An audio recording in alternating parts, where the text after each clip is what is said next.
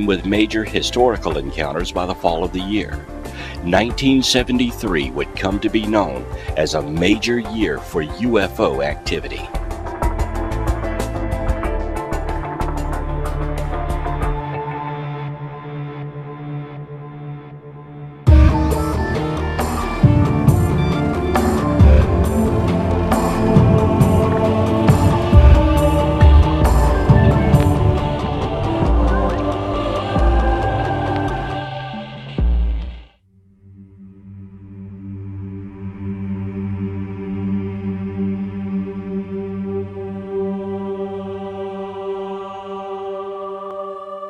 UFOs are nothing new. Ancient cultures have left signs that they too were witnessing UFOs. It's entirely possible that we have been visited multiple times in our history. The modern era of UFO history began in the 1940s with a steady stream of UFO reports continuing since. Each time there is an increase in UFO activity, it's called a flap. And 1973 is one of the most active flaps ever to be investigated. While UFO reports were pouring in during 1973, major historical events were transpiring around us. Monumental historical events filled our television screens almost daily. A recap of 1973 reads like a page from the history books. It was a year of turmoil in the United States and worldwide.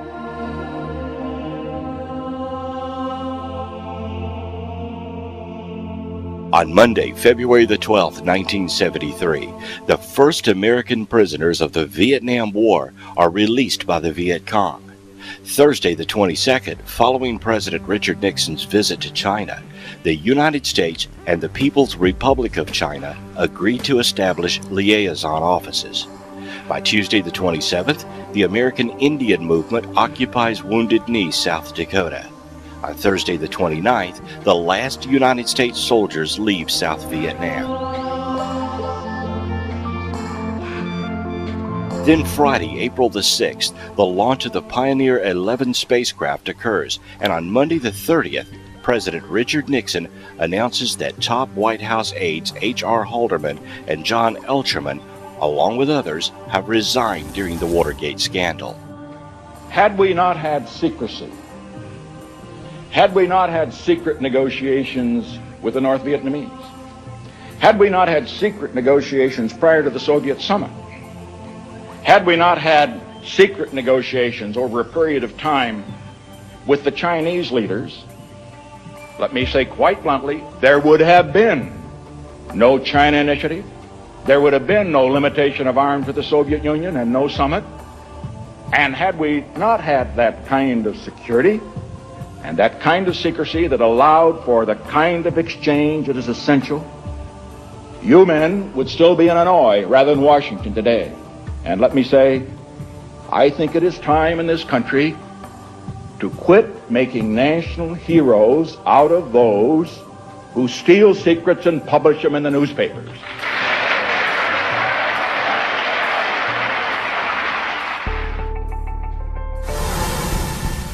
Then Tuesday, May the 8th, a 71-day standoff between federal authorities and the American Indian Movement members occupying the Pine Ridge Reservation at Wounded Knee, South Dakota, ends with the surrender of the militants.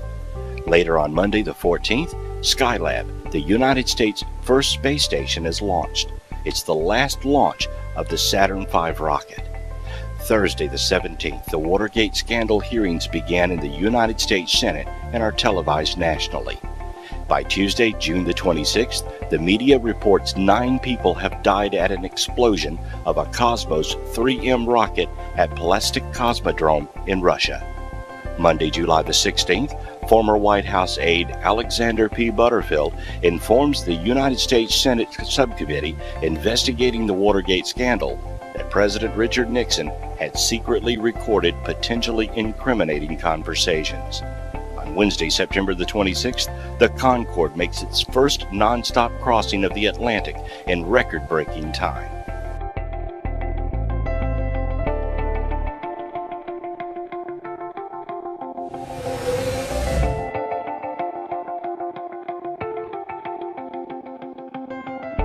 Those are just a few of the major headlines from this year. 1973 was replete with historical incidents that to this day are still remembered vividly.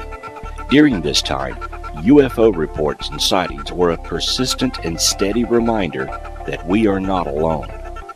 Still reeling from the impact of Watergate and the Vietnam War, America and the world was being visited by strange lights and odd-shaped craft filling the skies. Never before had so many reports flooded in, and each new encounter brought more contact with the occupants that pilot the flying saucers. With so many major headlines in the news, most UFO reports never made it to the front page, but encounters and sightings continued, reaching a fevered pitch in the fall of the year. A recap of 1973 reads like a slow but progressive invasion of planet Earth.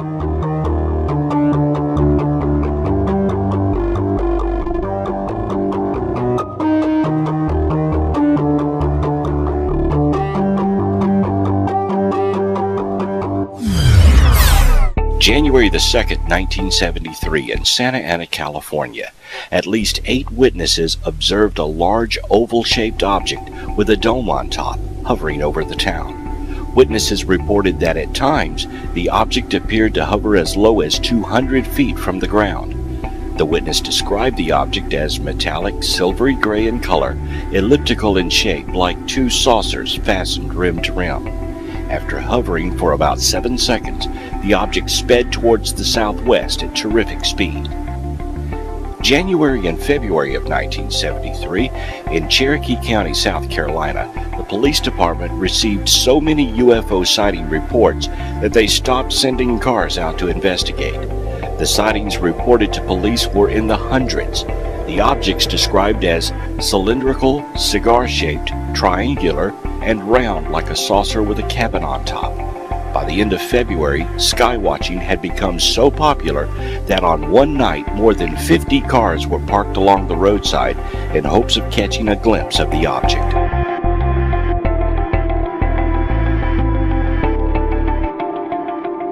During February in Wood River Junction, Rhode Island, week after week, numerous residents claimed that they had seen a huge bright white light moving slowly above the community.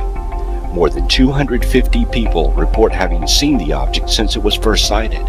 The object was said to have been larger than a car and almost half the size of a house, and hovered soundlessly over the treetops. A number of the sightings occurred near the United Nuclear Corporation plant located nearby. Then on March the 1st, 1973, in Sailors Lake, Pennsylvania, there were 42 objects with flashing lights observed by multiple witnesses during a 3-hour period. The sightings occurred over a small lakeside community in eastern Pennsylvania, near the New Jersey border. A dozen witnesses, including a state trooper, observed the objects passing over the lake. Trooper Jeffrey Hans, sent to the town to investigate, said he observed 4 objects pass over the lake from west to east that looked like a Christmas tree flying in the air. A major UFO wave hits a 3-county area of eastern Pennsylvania. Mostly round and oval-lighted objects were reported throughout March. By April 6th of 1973, in Elsinore, Missouri, at 11:30 a.m., a domed, disc-shaped object with portholes and landing gear lands in the woods 4 miles west of Elsinore, Missouri. 3 holes in the ground arranged in a triangular pattern were found at the landing site, along with some damaged foliage. And on April 10, 1973, in Stoddard County, Missouri, sheriffs and others reported at least 3 UFOs over Bernie and in Dexter. Objects changed color from white to red to blue, moved irregularly across the sky, starting and stopping, and changing their speed. On May the 12th of 1973, near Kent, Ohio, at 9:20 p.m., a witness was driving west on Route 76 near Kent when he observed a group of flashing lights overhead directly above the car. He stopped, and the light stopped. He described a football-shaped object that flashed from red to blue to white in a repeating cycle. Then he saw a figure materialize approximately 10 feet below the object. The figure was human in shape, clad all in silver, and rapidly descended to the highway directly in front of the car. The figure stood rigidly in a position looking to the right, then turned its head to the left and looked at the witness. After about 30 seconds, the figure again ascended rapidly. It was shaped exactly like a human, but was entirely silver in color, lacking hair, eyes, and ears. By the summer of 1973, UFO reports continued. On June the 2nd, in Divernon, Illinois, a UFO with a series of bright running lights similar to aircraft lights was seen. A large orange-red light was turned on beneath the UFO, which lit up the entire landscape. On July the 13th, in Emden, Missouri, at 3:30 a.m., a witness arose when the dog began barking. The UFO was described as egg-shaped or oblong, about the size of an average car. It had a three-dimensional appearance, like you could look through it or right into it. The outside was orange, and toward the center it was brighter and a slightly different color. Then from August to October, there were a flurry of sightings in Alabama, Georgia, Louisiana, and Mississippi, witnessed by local and state police and many others. Fast-moving oblong objects with bright flashing or revolving lights.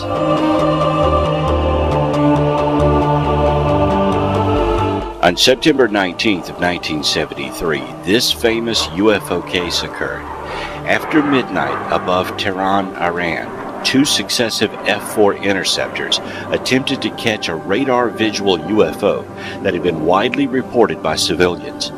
Each time visual contact was made, the crew attempted to arm a missile and prepare to fire it. However, the weapon system's electronics failed on board the aircraft.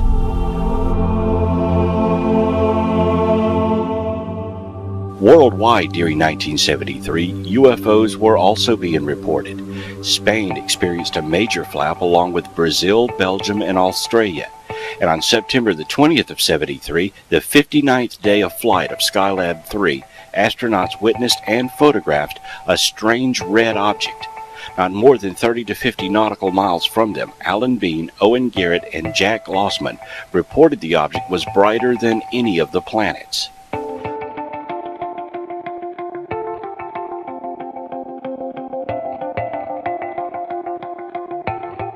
October of 1973 would become known as the month of the humanoids.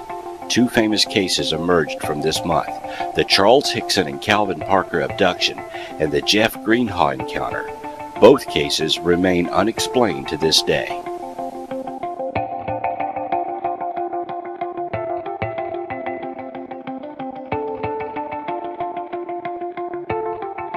On a cool autumn evening in the South, many residents were thinking of the upcoming Mac Davis concert or football games. No one expected a UFO invasion. That would change on October 10, 1973. 15 different people, including 2 policemen, reported seeing a large silver UFO slowly fly over a housing project in St. Tammany Parish, New Orleans. The next day would be a day to remember for 2 fishermen in Pascagoula, Mississippi. It was the night of October 11, 1973. Charles Hickson went fishing with 18-year-old Calvin Parker from a pier at Shaw Peters Shipyard. The spot was an abandoned shipyard along the Pascagoula River at the southeastern tip of Mississippi. The 2 men intended to test some new fishing equipment, but had little success and were about to look for a better place. At 7 p.m. on this dark night, they directed their attention to a loud zipping sound coming from behind them. They turned around to see the source of the sound and were amazed and also terrified to see a gray-domed football-shaped or egg-shaped object surrounded by a blue glow hovering towards them. And as I turned around from the pier and looked, something that had come almost to the ground. It was hovering probably 2 foot, 18 inches or 2 foot from the ground, and I assume Calvin had heard the noise at that time. He turned to look, and there was some kind of door, a sliding door, I suppose, that came into the end of the craft that was toward us, and a very brilliant light came out of the craft. And I didn't know what to do. It startled me at first. I couldn't make out what it was. And about that time, there was 3 things began to move into the doorway, they came out the beam of light, came right up to Calvin and myself, and one took hold of this shoulder and one of this shoulder, and I seemed to rise up from the ground about the height that they were, and we proceeded to go into the craft. At this time I saw Calvin, one had taken hold of him, and I saw him go limp, and I didn't know at that time, but he had fainted, he had passed out. But anyway, they continued to carry me aboard this craft, and as we went in the doorway, into the light in the room, compartment, it appeared to me that it was round, and light was glowing from the overhead, from the floor, and from the walls. It was so bright I couldn't see anything at that time. But we seemed to stop about the middle of the room, and they left me. By this time I couldn't do anything because I couldn't move. The only thing I could move was my eyes. And I could tell that they had released me, but I still wasn't touching anything that I could tell. But something in front of me, in the wall in front of me, it seemed to come out of the wall. It was probably this big. It appeared to me that it was a big eye. It moved up toward my face and remained there for possibly a few seconds or a few minutes. And it moved downward, and I'm having to assume that it went under me and came up the backside. Well, the next time I saw it, it come over my head, came back in front of me again, remained there for a few minutes, and moved back into the wall and disappeared into the light. But at that time, that was all that I could see in the room. But several years later, after going under hypnosis regression, I could recall that there was something, some type of window there in that room. There was possibly another compartment, that there was something else in the other compartment, appeared to me. But these things left me there suspended for a while, and after a while they came back and they took hold of me and carried me back outside, and they didn't just throw me down, they seemed to just release me, and I fell to the ground. And about this time I saw Calvin. He was standing there by the river, and his arms was outstretched like this, and he appeared to me that he was in shock. And I don't know whether he had been aboard the craft or not, but there wasn't anything with him. He was alone at that time. So I was trying to make my way to him. When I fell, my legs were weak, and after a while, shortly the feelings began to come back. And as I was trying to get up, I was making my way toward him to see if I could help him. And when I reached him, he didn't even realize who I was. He was going in shock. And I had to shake him. I even had to slap him and scream and holler to get him to realize that we were all right. I thought that they hadn't done any harm to us physically that I could tell. But after a while, I got into where we could talk, and I assured him that I thought we were okay. But meanwhile, while this was going on, I heard the hissing sound again, and as I turned and looked, this craft, the blue lights was flashing again, and it just seemed to disappear. We went up and moved that fast.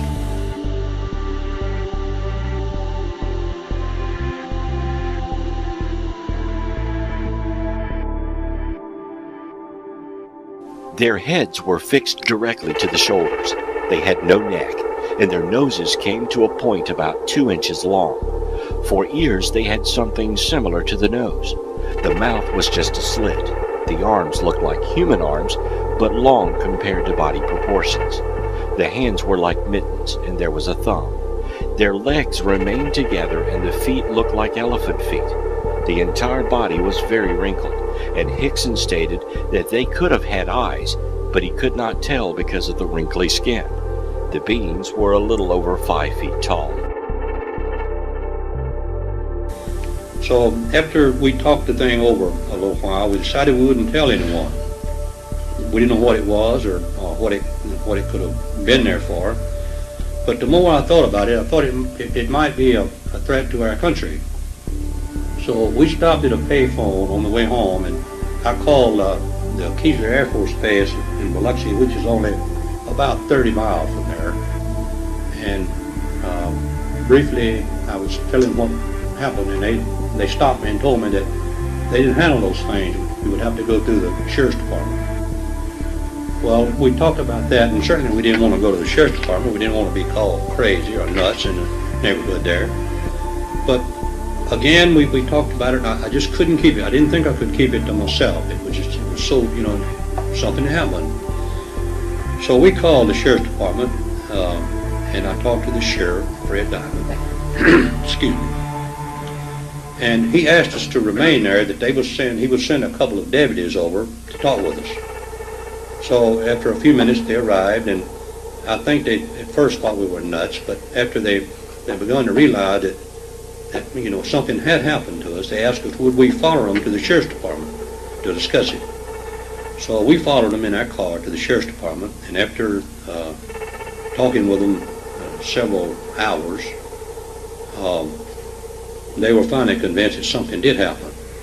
And I think what probably convinced them that something had happened to us, when we first went in the sheriff's department, they removed Calvin to a room by himself, and me in a room by myself, and interrogated us, you might say. And later they came back and brought Calvin in the room with me, and they went out to get some coffee. And we didn't know they had left a tape recorder going in a desk there, and they had taped our conversation. And I think after listening to that they convinced them that something had happened to us. I'm telling you, man, that's something like that will scare you slowing down to death, Jesus Christ. You hear about something like that, but you can't believe it. Yeah, you hear about it, I know, Calvin, I know. Where is something the United States can have up there? No, something's good to me. They wouldn't have done no good. Not what we see, though. Not what we see. It's something, and the Air Force and all know it's up there, too, see. And this ain't going to be the only time it's going to happen again. Until they... This season, I'm like had a heart attack tonight, ain't she? Well, I know. I come one down each I know that scared me to death, too, something. I'm just laying there crying right now, and I can't help I know, but it's something that you can't get over in a lifetime, see. Jesus Christ. Mercy down bad back, you don't nobody believe it. And I thought I had been through enough of hell on this earth, and now I have to go through something like that, see. But they could have, I guess they could have harmed us, son. They could have done anything to us. They didn't hurt me. Right, why they just take that, son? I don't know.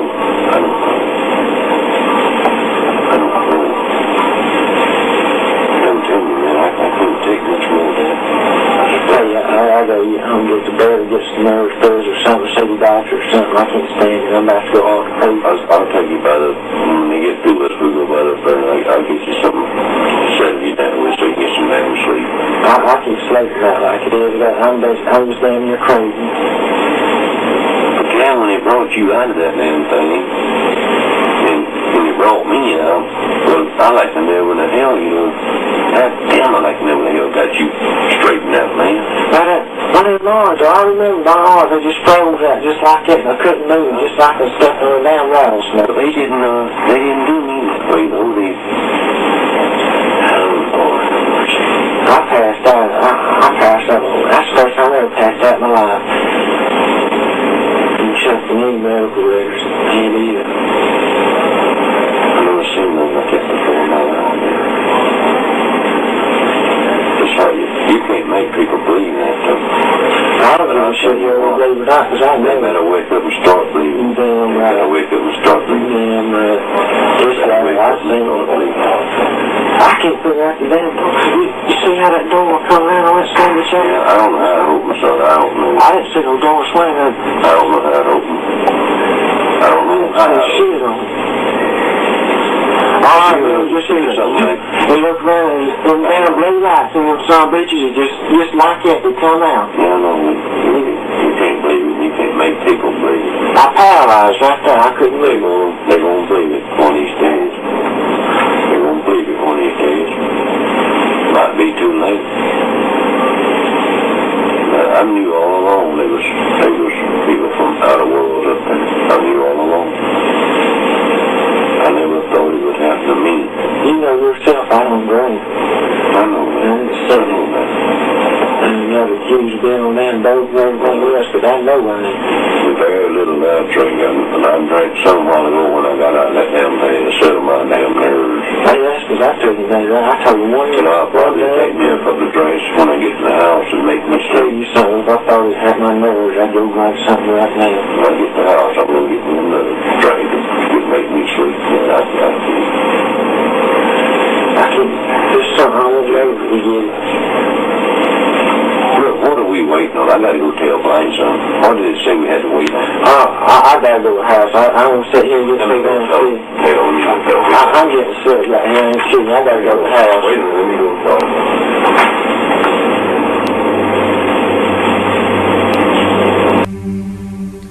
So I asked the sheriff that night that I told him that we certainly didn't want any publicity about it. That I had a position in the shipyard, that I had to be back at work that morning. It was almost time to go to work at that time. But anyway, he assured me that there would be no publicity about it at all. And I went home that night, or that morning, believing that. And I had reached the shipyard after going home and having coffee about all the time I had thing to do. But I went to work that morning, and after reaching the shipyard, and I proceeded to get my people to work and come back to my office. My telephone was ringing. And it was some news media in Jackson, Mississippi, wondering what had happened to Calvin and myself the night before. So I didn't know what to do. I just hung up on him, and it continued to ring, and someone answered the phone, and the sheriff was trying to get us to come over to the sheriff's department, that they were almost being mobbed over there, so many people was over there. So it alarmed me. I didn't, I said, well, I didn't know what to expect, because I didn't know what happened. I didn't know what they were. But anyway, we went over to the sheriff's department, and it dawned on me that we could have come in contact with radiation or something. And I called their attention to that, and they carried us to the Singing River Hospital there in Pascagoula to be checked for radiation. They didn't have the facilities to do it with. So they called Keesler Air Force Base, and they told them to bring us over there. So I think they were alarmed enough that when we got there, they had MPs that met us at the gate, and they had evacuated the area that we were going into, and the area that we were going to be tested, they had protective clothing on. So they were alarmed that that something had happened. And afterwards, after they had examined us for radiation, and they didn't find any. They said they thought they had found a little radiation on Calvin. But anyway, we went into a meeting with the top brass at Keesler Air Force Base, and I could tell in the questions that they asked us, they were quite concerned that they had asked a lot of those questions before and probably had answered similar to those before. So anyway, they told us that they would give us a copy of the meetings of that we had there, and they never did. They classified it as classified material. But later on, I obtained a copy of it from a mutual friend, from a colonel that had retired there at the Air Force. But they were quite concerned. Keesler Air Force Base was.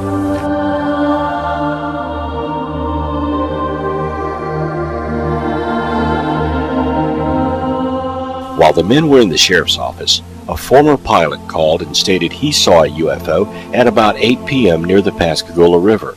A former city councilor and several other people also reported a sighting.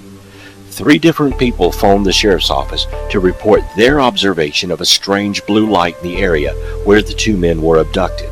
They remained anonymous and were driving Interstate 90 a few hundred yards from the UFO landing that night.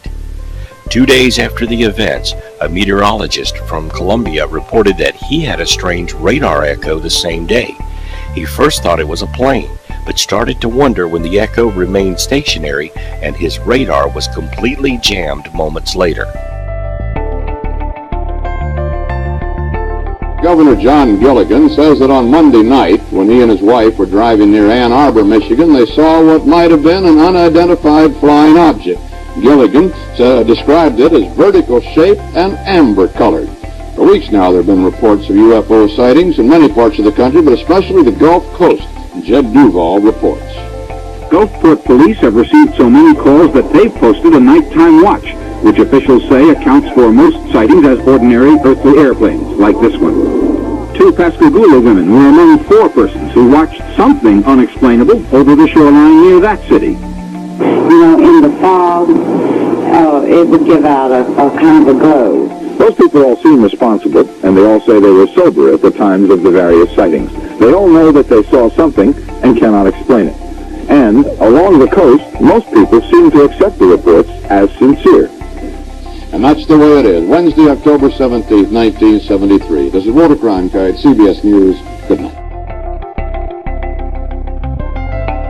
Just a few weeks after Parker and Hickson's experience, fishermen and Coast Guardsmen reportedly played hide and seek with some sort of underwater metallic object with an amber light on it at the mouth of the Mississippi River. They tried to poke the object, which was close enough to touch with a boat hook, but it would turn off its light, move away to a safe distance, and then turn the light on again. It disappeared after about 40 minutes. The U.S. Navy studied the case without reaching a clear conclusion or finding any explanation. The shipyard was swarming with reporters as news of the abduction had leaked out. Keesler Air Force Base was contacted, and the 2 men were taken there where a group of doctors under security conditions examined Hickson and Parker.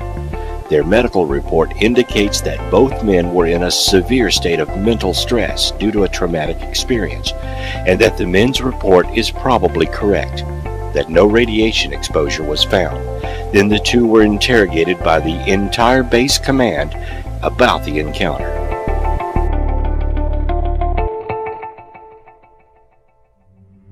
The Aerial Phenomenon Research Organization sent University of California engineering professor James Harder to Mississippi to investigate. J. Allen Hynek, a Northwestern University astronomer who just resigned from his UFO consultant job for the Air Force, also arrived. Together, they interviewed Hickson and Parker. All who dealt with Hickson and Parker in the aftermath of the encounter believed that the 2 men were in fact telling what they believed to be the truth. Before J. Allen Hynek left the next day, he told the press that the men were absolutely honest. They have had a fantastic experience. At a later date, Hynek stated there was definitely something here that was not terrestrial. To this day, both men affirmed the incident did happen and they told the truth. Later, Parker would admit that he did have moments of consciousness in the craft and remembered some of the events. As the years passed, both men would admit to further contacts and no longer have any fear of the beings.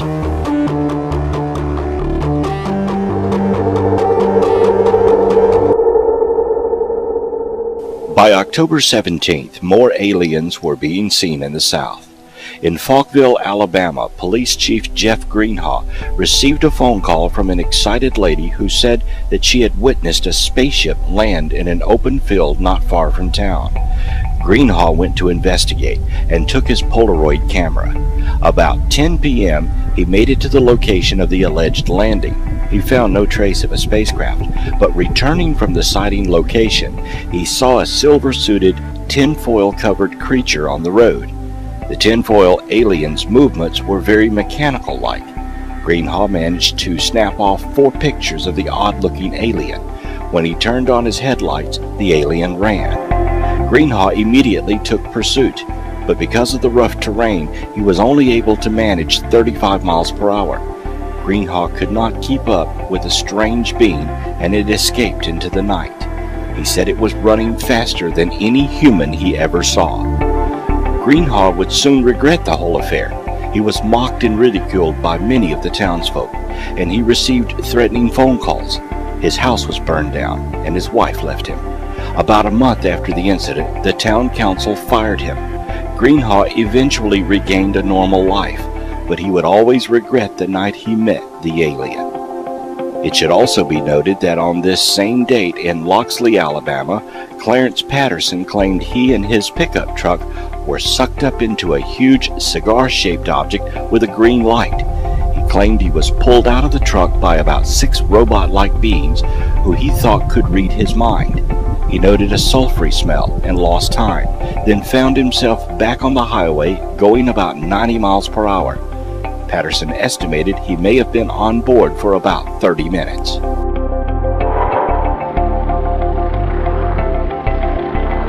Another famous case occurred the next day, October 18, 1973, over Mansfield, Ohio at 11:05 p.m. Captain Lawrence J. Cohn, aboard an Army Reserve helicopter, encountered a domed craft-like object that beamed green light into the cockpit and lifted the helicopter off course.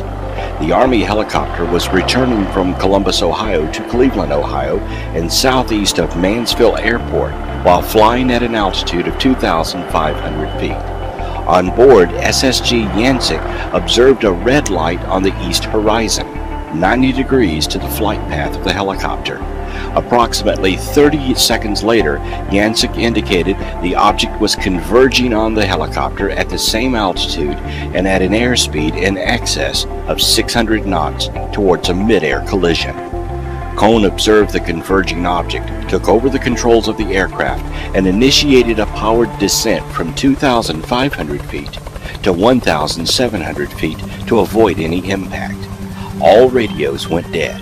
The crew expected impact, but instead, the object hesitated momentarily over the helicopter, then slowly continued on a westerly direction, accelerating due west of Mansfield Airport, then turning 45 degrees to the northwest. Captain Cohn indicated the altimeter read a 100 feet per second climb and read 3,500 feet with the collective in the full down position. Cohn returned the aircraft to 2,500 feet and flew back to Cleveland, Ohio. The flight plan was closed, and the FAA Flight Service Station was notified of the incident. The radio returned to normal 10 minutes after the incident. Some witnesses on the ground reported seeing the helicopter as well as an object like a blimp and as big as a school bus hovering above the helicopter. The object was cigar-shaped, metallic gray with a dome on top. It was about 60 feet long, without any portholes or intake openings that could be seen.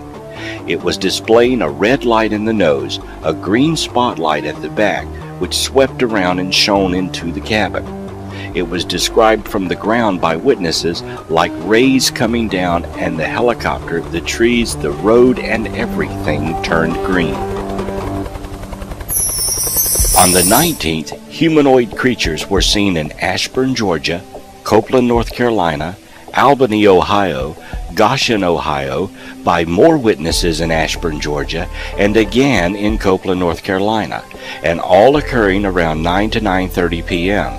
Throughout the rest of the month of October and the rest of 1973, UFO and humanoid reports poured in almost daily to various UFO reporting agencies, both nationally and worldwide. 1973 will be known as one of the most active UFO flaps ever investigated. Multiple UFO and humanoid reports coincided with historical events during this unusual year. Many states within the United States received a record number of UFO reports and activity, and all remain unsolved encounters to this day. The FBI was asked to investigate and refused involvement in the UFO phenomenon. Local authorities were ill-equipped to handle the reports, and many simply stopped investigating them. As one police officer stated, "Chasing lights in the sky is not our job. Let the Air Force do that." The military had officially ended their involvement in 1969 with the closure of Project Blue Book. However, it is known now that they continued to focus on UFO activity.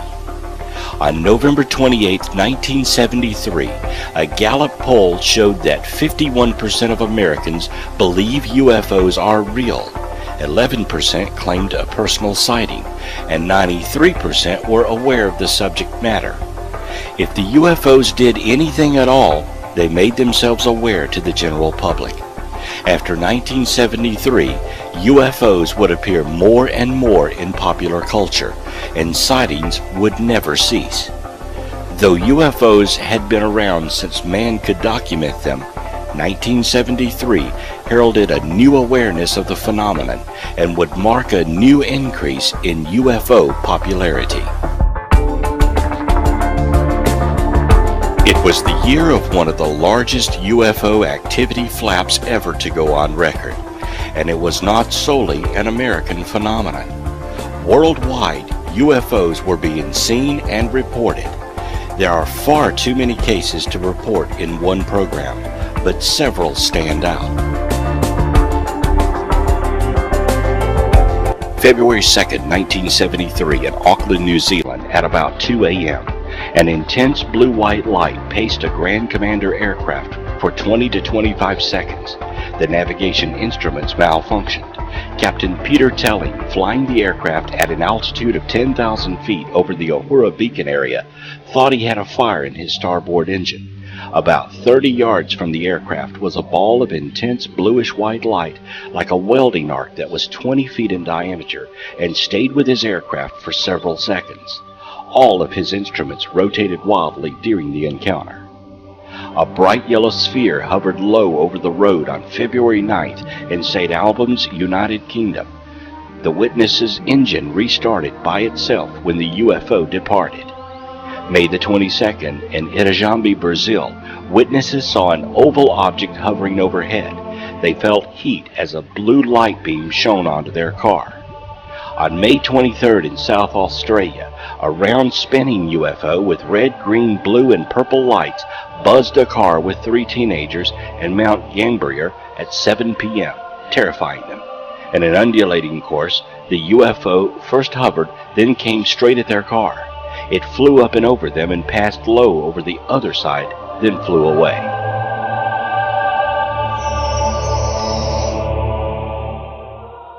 May 27, 1973, in Sao Paulo, Brazil, at 2 a.m., Jenny Lisboa was busy making wedding cakes early in the morning when her attention was drawn outdoors by her pet parakeet.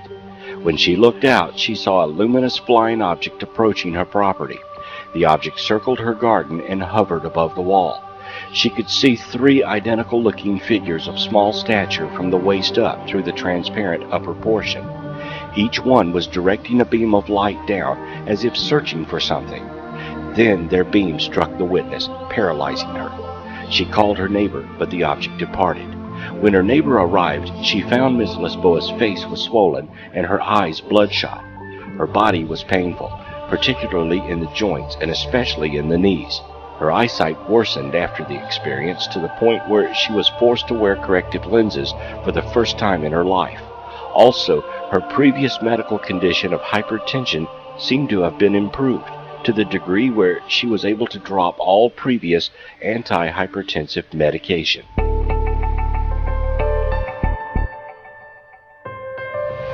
In July 1973, in the town of Kokadido, Japan, witnesses saw a light descend to about 75 feet above the surface of the local bay. A tube then began pulling water up into it. The witness described it as smooth and round as a ping-pong ball, with small windows around the center of the object. He saw 2 eerie shadow-like figures, which he said were too small and deformed to be called the shadows of men. On July 16th, in Palamo, Spain, at 6:30 p.m., Miguel Romero Fernandez de Cordoba was flying a forest fire aircraft with a clear sky and good visibility. Suddenly, he saw a strange object which looked like a rugby ball cut in half. The object paced and maintained the same position on the right of the aircraft for 10 to 12 minutes. The aircraft radio system failed during the sighting.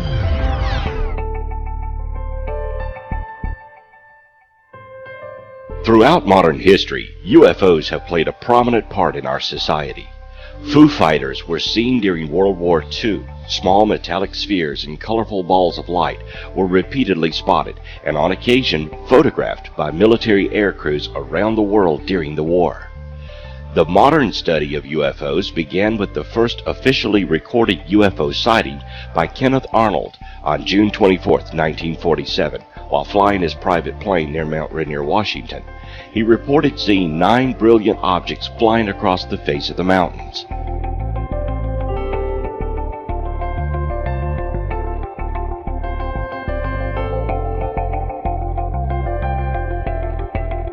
The Roswell incident involved the recovery of materials from Roswell, New Mexico on July 7, 1947, and since the early 1980s has become the subject of intense speculation, rumor, and questioning.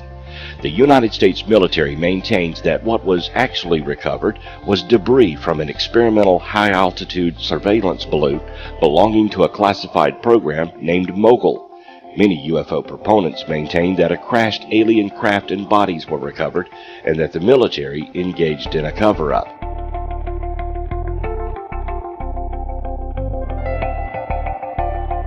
In 1950, the United States Air Force sent a fighter pilot, Captain Thomas F. Mantell, to investigate a UFO sighting over Fort Knox, Kentucky. The pilot was killed while pursuing the UFO. The Carson Sink case was a famous UFO incident that occurred over the Carson Sink in western Nevada in the United States on July 24, 1952. The two pilots who witnessed the incident were Lieutenant Colonel John L. McGinn and Lieutenant Colonel John R. Barton, both veteran flyers with distinguished military careers. The UFOs were bright silver in color with a delta wing airfoil, but without tails or flight canopies, which every known aircraft possessed. August of 1955, in Hopkinsville, Kentucky, a group of strange goblin-like creatures were reported to have attacked a family while the family shot at them. The case remains unexplained to this day. The Kecksburg UFO incident occurred on December 9, 1965, at Kecksburg, Pennsylvania. A large, brilliant fireball was seen by thousands in at least 6 states and Ontario, Canada. It streaked over the Detroit, Michigan, Windsor, Ontario area, reportedly dropped metal debris over Michigan and northern Ohio, and caused sonic booms in western Pennsylvania. Eyewitnesses in the small village of Kecksburg, about 30 miles southeast of Pittsburgh, claimed something crashed in the woods there.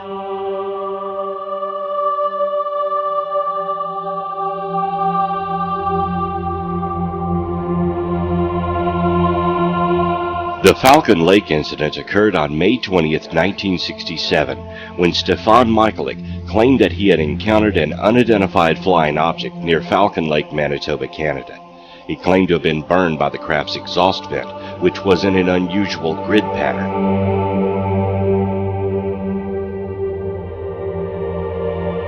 Charlie Hickson was right when he said it would happen again.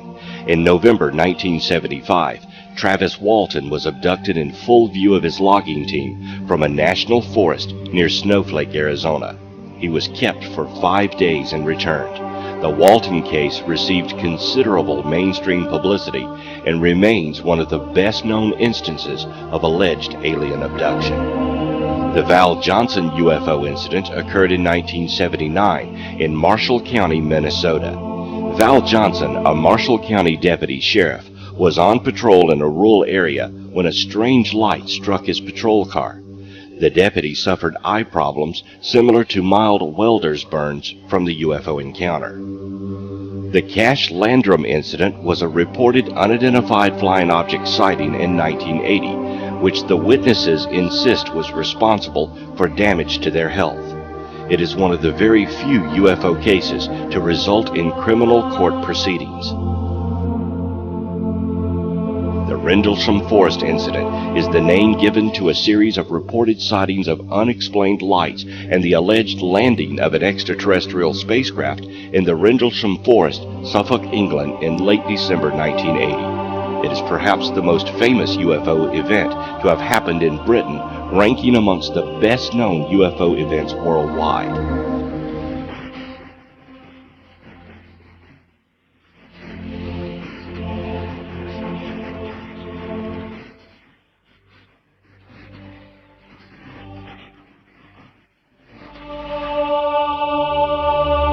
And in 1996, Brazilian mass media was saturated for some time with speculation, rumors, and accounts regarding UFOs and strange creatures. A soldier, Marco L. Charis, was said to have died under mysterious circumstances related to the UFO affair. As the end of 1973 drew near, UFO reports continued to pour in to various reporting agencies. And then, just as subtle as it had begun, the reports reduced. The flap was over. UFO sightings would return to its normal, steady pace. In years to come, more flaps would occur, driving awareness of UFO activity up. One can only speculate on the reasons why some years have an increase in UFO activity. Are they watching us as we watch history in the making? Are they using our own history as a backdrop to further make themselves known? Or could it be they simply arrived at a time that we were struggling as a race to better humanity? Regardless of the reasons UFOs visit Earth, they appear to do it frequently and occasionally in more frequency. Since curiosity would be a natural state for an intelligent species, they're likely as curious about us as we are of them.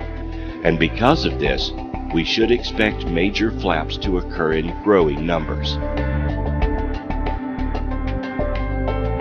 During the 1980s and 1990s, UFO flaps occurred again, and in 2008 the world experienced another increase in UFO activity. With the advent of new technology such as camcorders and the internet, UFOs are sighted and recorded daily. Some are major events, others just lights in the sky. An enormous amount of information has been recorded on the subject of UFOs by dedicated researchers worldwide. Yet we still cannot answer the simple questions, why are you here and where are you from? Some say this information would be too shocking for the populace to absorb. Others fear the intentions of the UFO occupants. But until these questions are answered, the UFO phenomenon will remain a mystery. Nothing happens without a reason. Until full UFO disclosure is made, we can only speculate on their reasons for visiting our small but significant blue planet. As we venture further into space, perhaps they are returning the favor.